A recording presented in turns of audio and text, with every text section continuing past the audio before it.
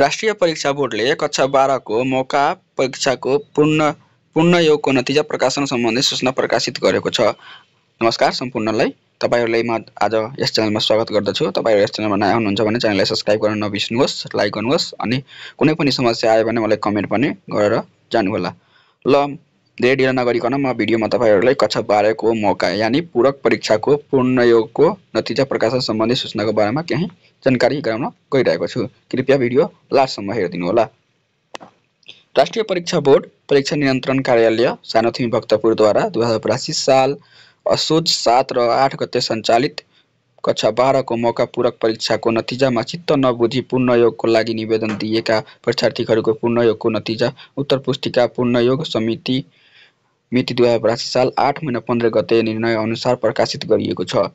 परिवर्तित ग्रेडसिट लिनका लागि नतिजा प्रकाशन भएको मितिले 10 दिन पश्चात सकल ग्रेडसिट सहित बोर्डका सम्बन्धित कार्यालय वा यस कार्यालयमा सम्पर्क गर्नुहुन जानकारी गराइन्छ। अब तपाईहरुले असोज 7 र 8 गते दिनुभएको परीक्षामा तपाईहरुले चित्त नबुझी तपाईहरु फेरि रिटोटलिङको लागि दिनुभएको थियो, त्यसको रिजल्ट आइसकेको छ।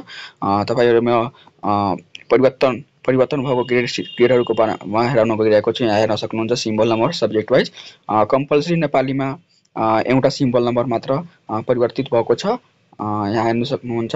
त्यस्तै कम्पल्सरी इंग्लिशमा पनि एउटै मात्र भएको छ। त्यस्तै subject social study and life स्किलमा पनि एउटाको चेन्ज मात्र भएको छ। एकाउन्टिङमा पनि एउटा मात्र चेन्ज भएको छ। सब्जेक्ट ओपीटी अप्सनल नेपालीमा पनि मात्र एउटा चेन्ज भएको छ।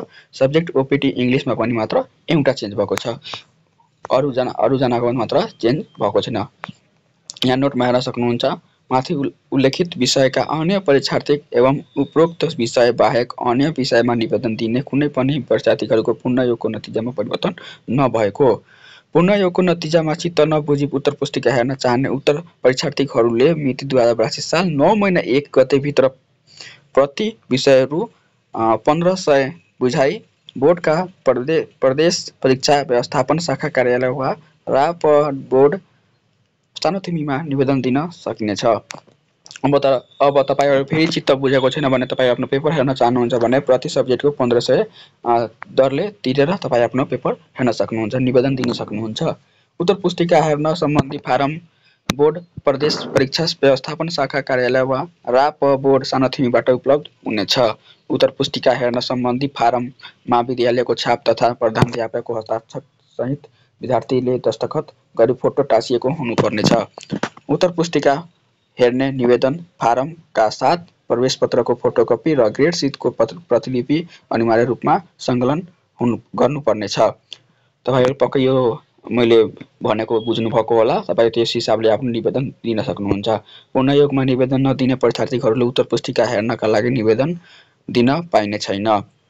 नतिजामा प्राविधिक कारणले कुनै त्रुटि भएकोमा परीक्षा नियन्त्रण कार्यालयको अभिलेखबाट सच्याइनेछ। अब यहाँ हेर्न सक्नुहुन्छ। पूर्ण योगमा निवेदन नदिने परीक्षार्थीहरूले उत्तर पुस्तिका हेर्न लागि निवेदन दिन पाइने छैन। अब तपाईहरुले रिटोटलिङको लागि निवेदन दिनु भएको छैन, तर तपाईहरु पेपर हेर्न चाहिराख्नु भएको छ भने त्यसको लागि निवेदन तपाईहरुले दिन पाइने छैन। परीक्षा नियन्त्रण कार्यालय 2082 साल 8 महिना 15 गतेको नोटिस अनुसार तपाईहरुले मैले जानकारी गराउन गइरहेको छु। कुनै पनि समस्या आएमा मलाई कमेन्ट गर्न सक्नुहुन्छ।